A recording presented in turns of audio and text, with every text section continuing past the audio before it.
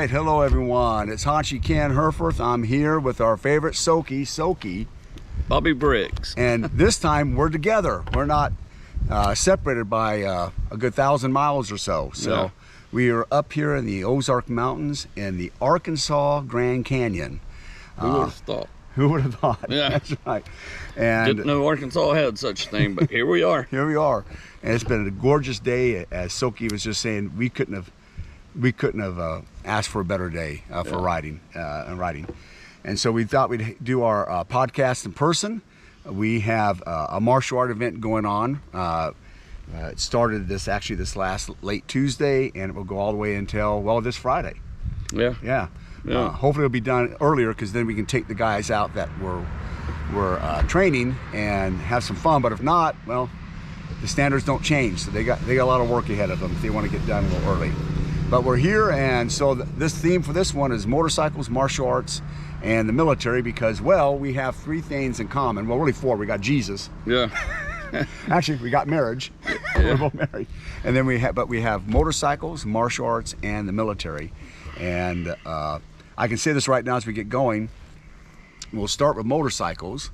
So and I'll post this on my motorcycle channel on the motorcycle part for them. But by far, Soke is not only one of the best martial artists I've ever known, he's also one of the best motorcyclists I've ever known. He's a much better motorcyclist than I am. And Hanshi Herforth is the biggest BSer you've ever seen. Here he is in person. Yeah. So if you... But you know what? I think this is interesting, though. East meets West martial arts. Yeah. And we're meeting right in between. Actually, I never thought of that. Yeah. Yeah. You're from the West Coast, I'm from the East Coast, and and here we are in the middle of USA. Middle of USA. Yeah. I didn't think of that. Yeah. Yeah. So, Yeah. but it's where you live at now. So. Yeah, it's where I live at now. Yeah. And by the way, when I was in the military, if someone I did 3 TDYs here. He's also had to go to Little Rock before in the military. If someone had told me I would have ended up in Arkansas, I would have said, "What are you smoking?" Yeah.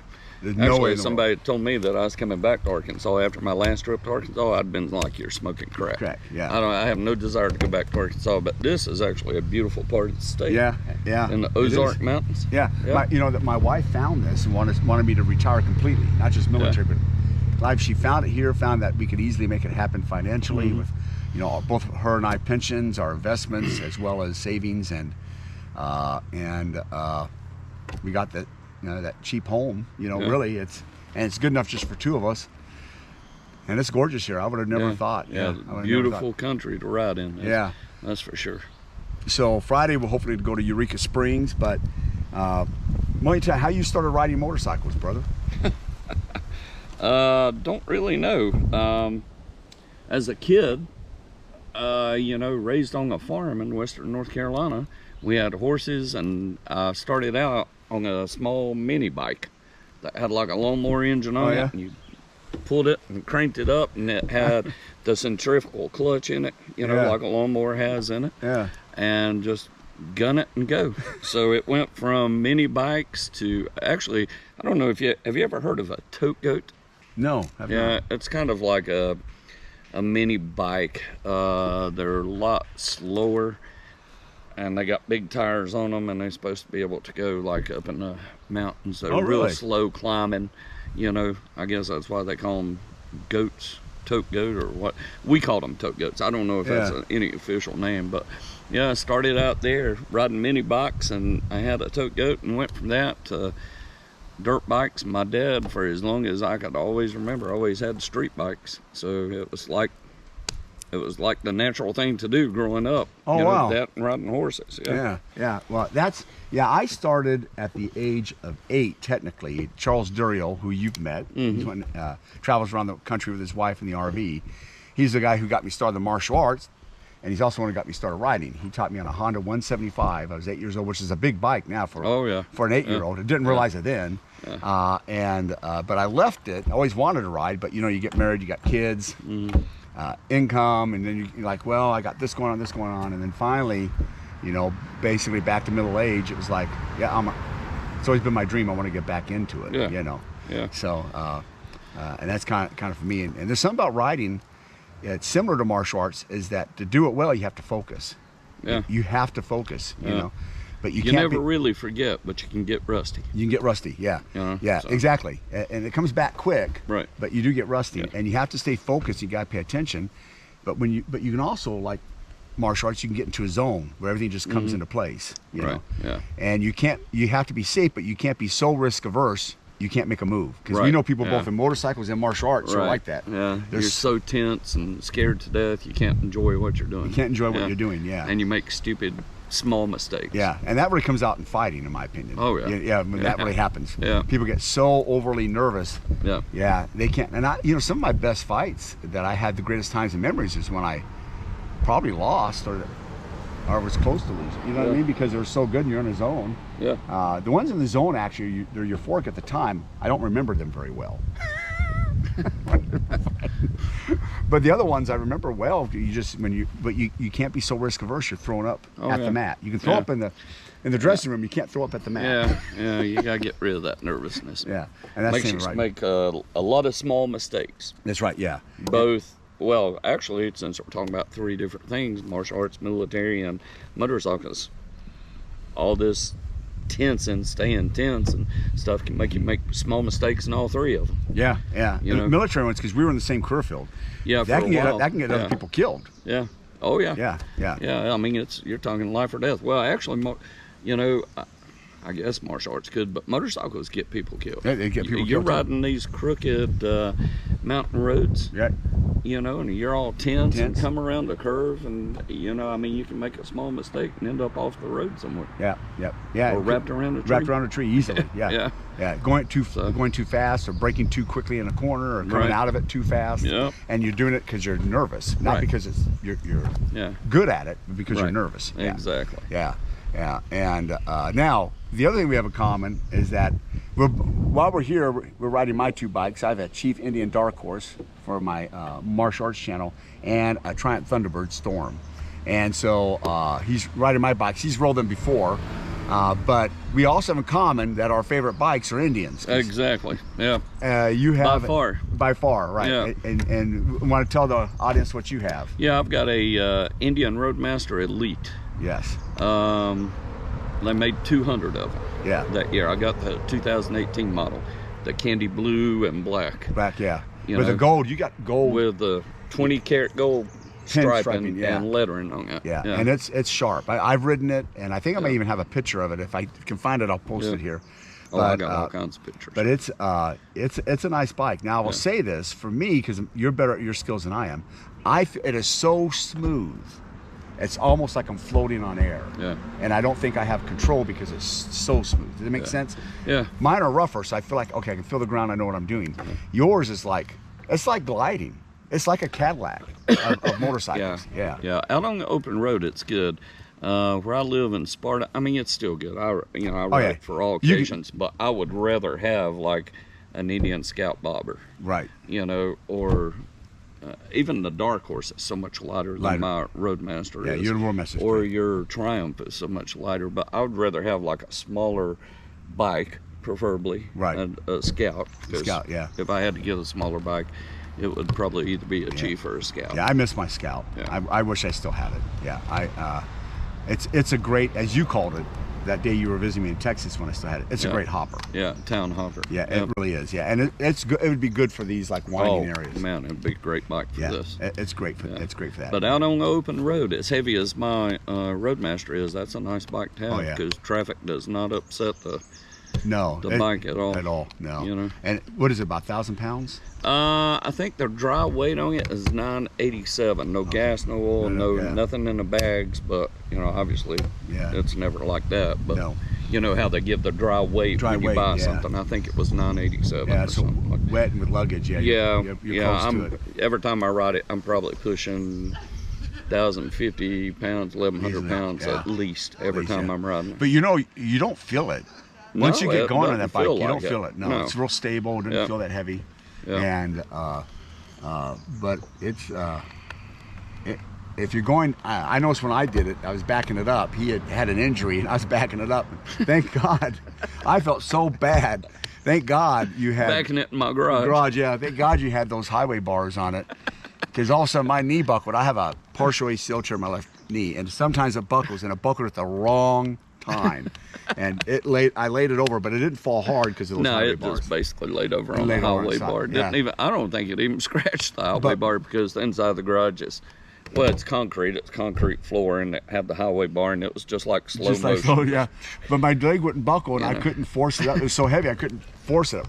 My As a matter of scalp. fact, if I'm not mistaken, I think when it started going that way and you started trying to hold it up, you're like, oh shit, oh shit, oh shit. And I tried to hold it, and of course, you know, I just had surgery and I couldn't hold it up, and I was like, oh, just let's let it go. Just go easy, but let's let it go. After it goes, we'll pick it up. We'll pick it up, yeah. We got it back up, and there's no damage to it. And I was saying, he was so generous, he's like, Ken, it's okay, it happens. Yeah. And I was like, but I felt horrible, because it's about almost $50,000 bike. Yeah. So I felt pretty bad about it, but we were, we had just put the battery in, and I was test riding, because you couldn't ride it. Yeah, you couldn't ride it because of the surgery you had. Yeah.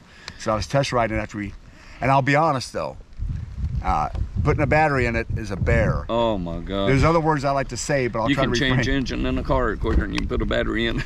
Well, at least, and I don't know if all Indians are like this, but you could probably change an engine in a car quicker than you can change the battery in my Roadmaster. Yeah. Because you have to tear the whole back end of it up just to get to the battery. I think it was probably an hour just to get to that battery. At least, yeah. It was, and then unhook everything that was to it. And the battery's down in a compartment, and you're trying to get your fingers in there, and it was just. No, that's why I take it to the Indian dealership now. I do with my Indian. It's, you guys do. You do it. Yeah. Now my Triumph, it's 10 minutes. Yeah. I just put a new battery in it. Yeah. Seat off. Yeah. I went out, put a new one in. We're good. Yeah. And but that one is like. Well, the Vulcan that I had was fairly easy. Yeah. You pop the seat off, and it's right there, and you pull it out. Well, put it in. Yeah. Put another one in there, and pop the seat back on, and you're good to go. I really think that no matter, and I love Indians, but no matter the motorcycle, the battery, which is one of those essential things that you can get stuck anywhere, needs to be easy to get to. Oh, I agree. It's you know, I mean, and that's one thing. You know, you get people who have fun engineers. They're having fun designing. Right. Think about your customer, because that battery may not start. Well, we could go back now; they wouldn't start here. Oh yeah. I need to get a battery here and put it in and go. I don't need to be on the side of the road for an hour. Or if it's dead and you need to jump it off, you have to tear half the motorcycle apart just to get to jump it. Just to jump it, yeah. It's just, that's one thing. I remember that. I was like, gee, many Christmas trees. Yeah, that was a bear. Yeah, and stuff. But you really are. I mean, we've ridden many times over the years. We've been a couple times in the Blue Ridge Parkway together, which is just gorgeous area, just absolutely gorgeous. And all through the Smoky Mountains. All through the Smoky Mountains, and stayed in Maggie's Valley in Cherokee. And then Texas, we've done that a couple times. The mountain area. Down there. What they call that? The Twisted Sisters area. Yeah, and then, the Hill Country. Hill Country in Texas, yeah. I took you through there. Now we're doing the Grand Canyon. Now we're doing the Arkansas version. The Arkansas version of the Grand Canyon. But I will tell you, it is gorgeous here. It is. I would have never thunk it until somebody told me. Yeah. Very pleasantly surprised how beautiful it is here. Yeah, it is amazing. Would have never thought it.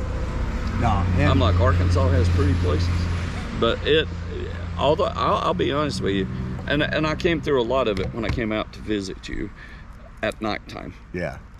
Because when I crossed into the way that I came, when I crossed in Missouri, it was nighttime, and then definitely, obviously, it was still night when I come down to Arkansas. But I woke up the next morning, and I'd already made it to Mountain Home.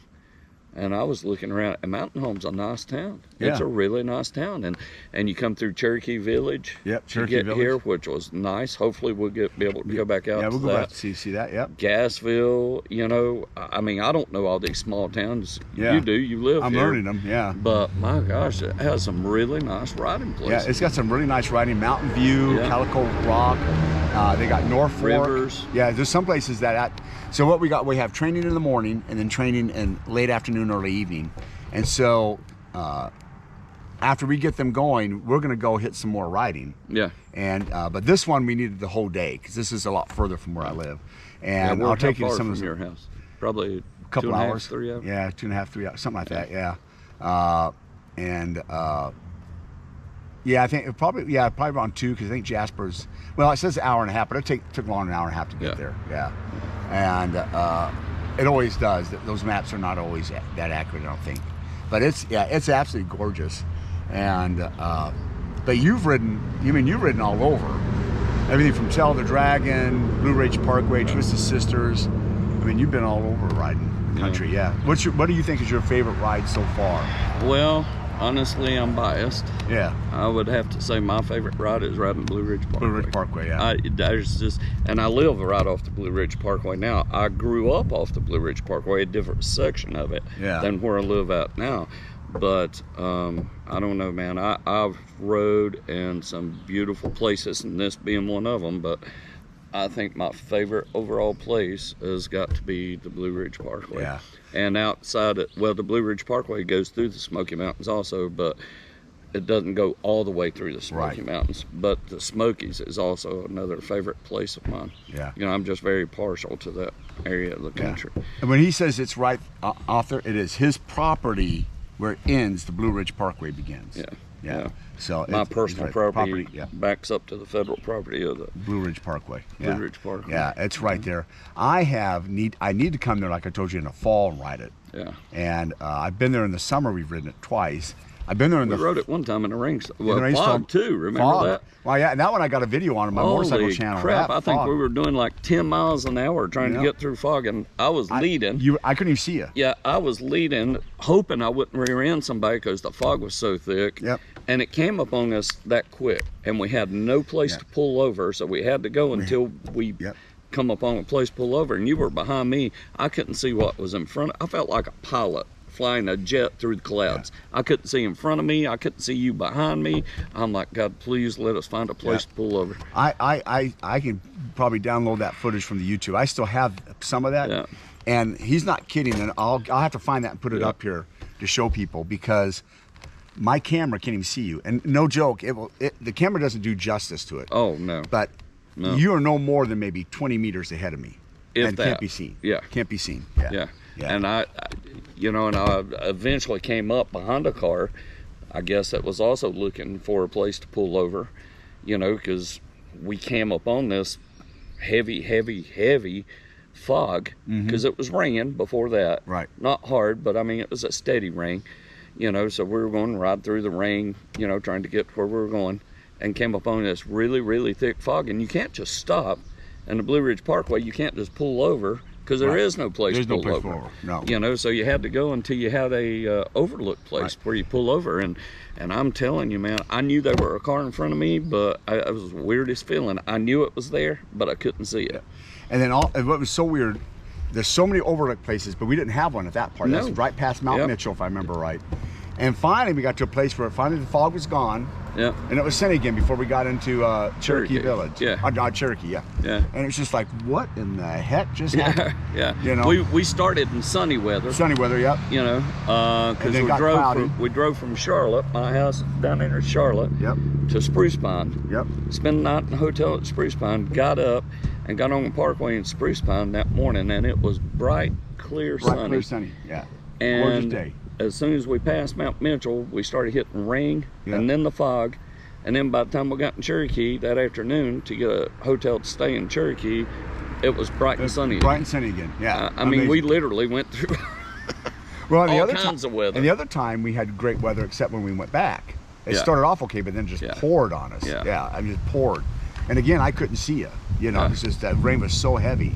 We finally found a couple places to stop off, and then we stopped off. Oh, it's done. Get started again. Hit us again. 2 miles down the road, we're running in this morning. The only good thing about that one is our wives are driving behind us, so we didn't have to worry about a car coming up too quick to ram us. Because on a motorcycle, you just can't go as fast as a car. That was the second time we rode that parkway. Yeah, that was the second. First time we were alone. Alone with that. Well, that was my biggest worry, is either I'd hit you or somebody would come upon me and hit me. Yeah, that's always my biggest worry. Of course, a lot of when you're riding a motorcycle is what you do yourself, but you also have to watch what other people is doing.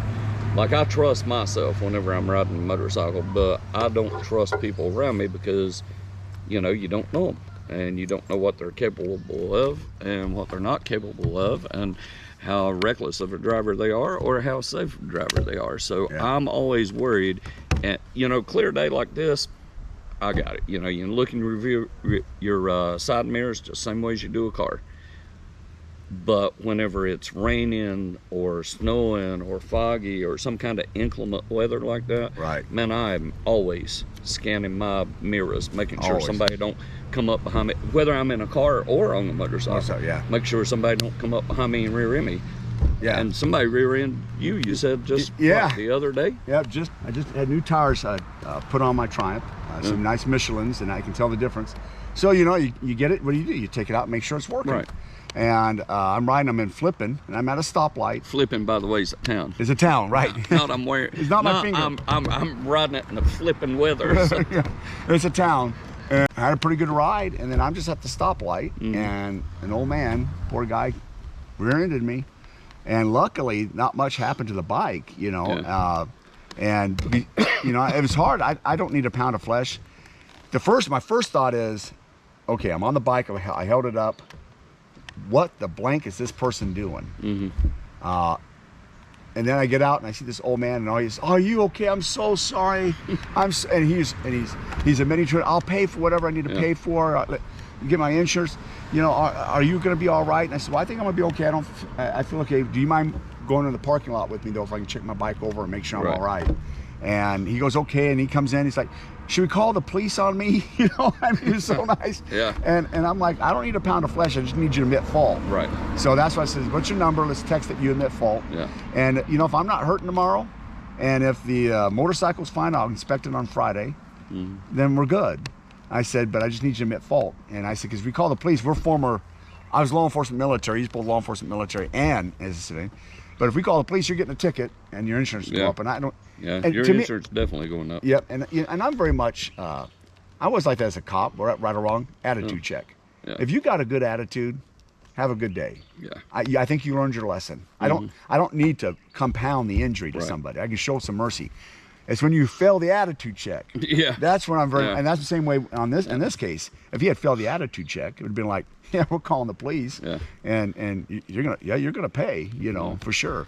But in this You're case, the second person I've known that's gotten, and of course, I'm sure it happens just the way it happens in a car. People get rear-ended in cars all the time. But you're the second person I know that has got rear-ended in a motorcycle. When I was at Lackland as a drill instructor down in San Antonio, Texas, my roommate, he and I shared a house together because both of us were divorced at the time. And me and my roommate both had a motorcycle in San Antonio, and we were down in San Antonio one night downtown, and we were stopped at a four-way intersection downtown San Antonio. I don't remember exactly what street it was on.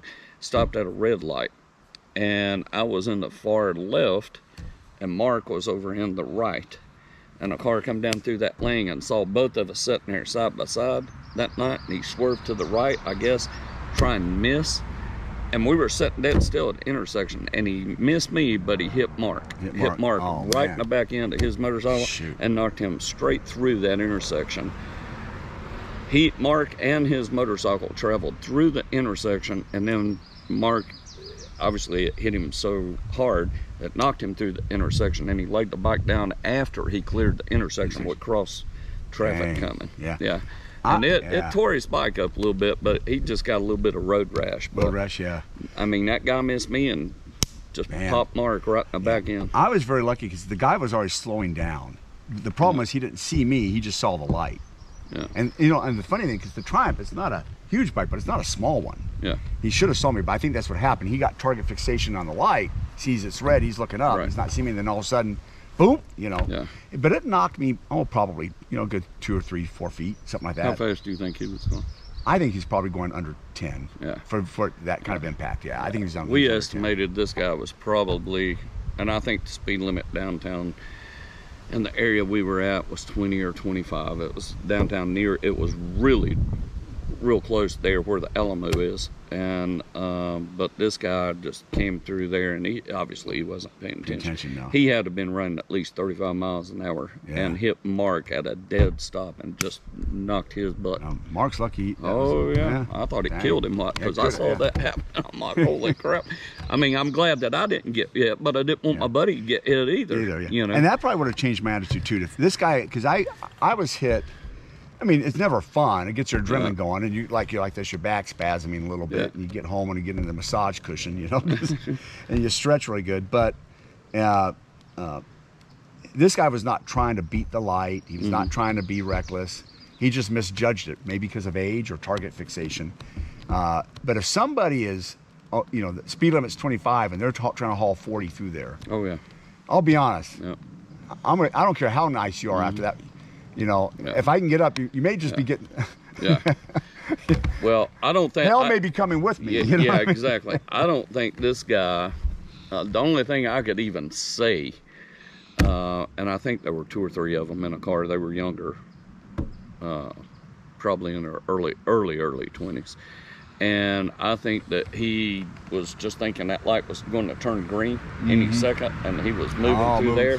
Yeah. And like you said, he probably got fixated on the light and didn't even, because both of our motorcycles, I mean, obviously, we had, or at least I had extra lights on the back of my motorcycle. Was that the Kawasaki? No, had a Yamaha. Yamaha? I had a Yamaha at that time, Yamaha Roadstar. Oh, that's a good bike. And Mark had, it was a Honda. What was the Honda that had the ghost flames on it? Oh, was it the Shadow? Was it the Shadow? Yeah, the Shadow has a Shadow Arrow. Is it that has the ghost flames? Yeah, I don't know, but it was a Honda and it had the ghost flames on it. Yeah, I want to say it's the Shadow Arrow. Yeah, that's what Mark was driving, and I was like, "Holy crap, man!" Yeah, dang. Weird. Yeah. Yeah, I tell you, that's the thing about motorcycles is that I kind of have. I don't have like a favorite bike. I have favorite bikes, but they may be many different type of platforms, or different type of brands. But the metric bikes, I tell this everybody, Indian is, for overall, Indian's my favorite. Oh yeah, yeah, by a long shot. Even though there's some Indians I think don't they're like. the safer one too. They say one too, yeah. And there's some that I don't like, but overall, my favorite bikes tend to be Indians. Yeah. With that being said, as far as quality control and reliability, nothing beats the Japanese metrics. Yeah. I mean, I just got to be honest. Yeah. I've had a Kawasaki Classic, custom Classic. Nothing beats it for reliability. When it's Yep, they will last forever. They'll last forever. Only thing you pretty much got to do is keep up general maintenance on them, keep the oil changed, new tires, brakes whenever they come due.